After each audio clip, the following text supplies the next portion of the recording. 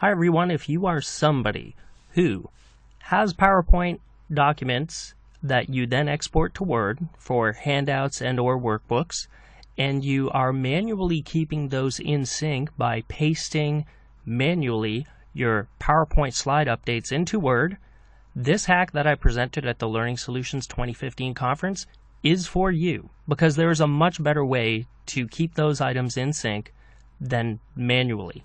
So let's look at the process. We all know about File, Save and Send, Create Handouts, and creating handouts from PowerPoint to send to Microsoft Word. And there are nice couple of options here where you can have your slides with either blank lines for people to write notes or notes that you have in the file to be placed right in the document. And I actually have a lot of notes in my sample file, and I'm going to provide this file along with the video because it has the process and a lot of tips right there for you, so you can practice and play along with the file.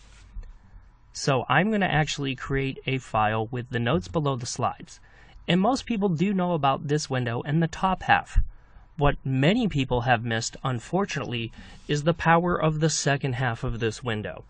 If you use paste, which most people use that, which is the default, it takes a snapshot of your PowerPoint presentation right now and will paste essentially a picture into your Word document. So when you go back and you update your PowerPoint file, the only way to update the Word document is to kind of retake a snapshot and manually paste it in there. That's kind of a chump's game, because this paste link, which too few people were taught about, actually creates a link that will keep the PowerPoint slide content updating in your Word document if you use the paste link option. Now notice I did say slide content. If I make edits to any of my notes in the PowerPoint document, it does not update the Word document. And also I am talking about updates to PowerPoint to Word. It does not go backwards from Word to PowerPoint. But it's still a pretty powerful and decent option. So let's look at it. So right now I'm generating my Word document, and I'm going to take a quick view at how much content I actually had in there. So my page one actually had a lot of notes that runs over several pages in Word, and if I actually printed this from PowerPoint, all of the notes for slide one would technically be numbered page one, which does create some confusion. So at least with Word, I'll have pagination. I also have a lot of better layout options. There's my slide 2 and slide 3. And I have a very short presentation here, but I've done this with multiple documents and up to 1,624 pages of content sourced from multiple PowerPoint documents. So this can become very powerful on scale and very easy to maintain, because you certainly would not want to do that manually. So let's look at our little slide here. Here's my title slide, and it says use paste link to stay in sync. That may be worded a little awkwardly, so let's reverse that statement. To stay in sync, use paste link. Like that better. And if I go back to Word, wait a minute. Where's the magic? Well, here's the thing. When you go onto a web page, if the person who administers that web page makes a change while you're on that page, you usually don't see it until you refresh your browser. Well, the Word document was already open, and I would have to refresh the content of Word. So you either have to save the Word document and reopen it, or in this case, I can just select the object and say update link, and it rereads the link fresh and keeps it in sync. Now again, the one-by-one refreshing object by object, embedded slide by embedded slide, when you have a huge document, is not the way to do it. So let me show you a better way.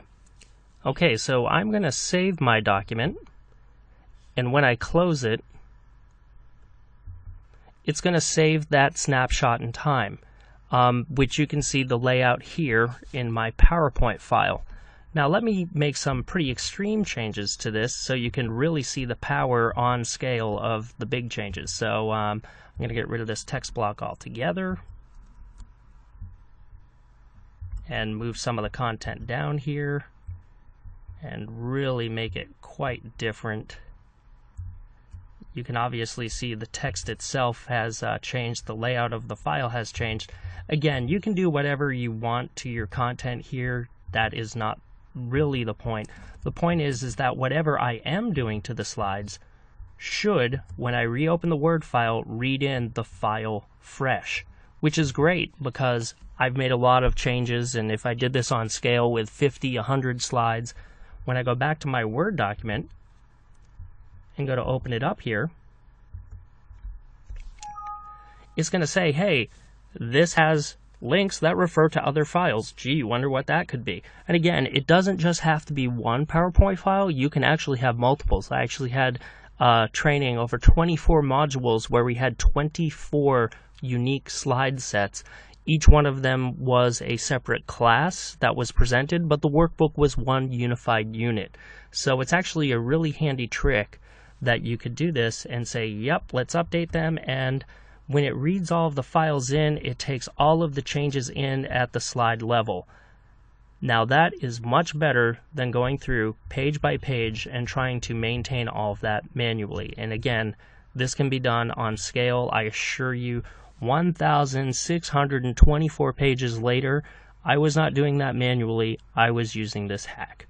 So I hope this helps. Use it in good health. Download the PowerPoint file. Any questions, feel free to shoot me your comments, questions, and sticking points at businesscriticallearning.com.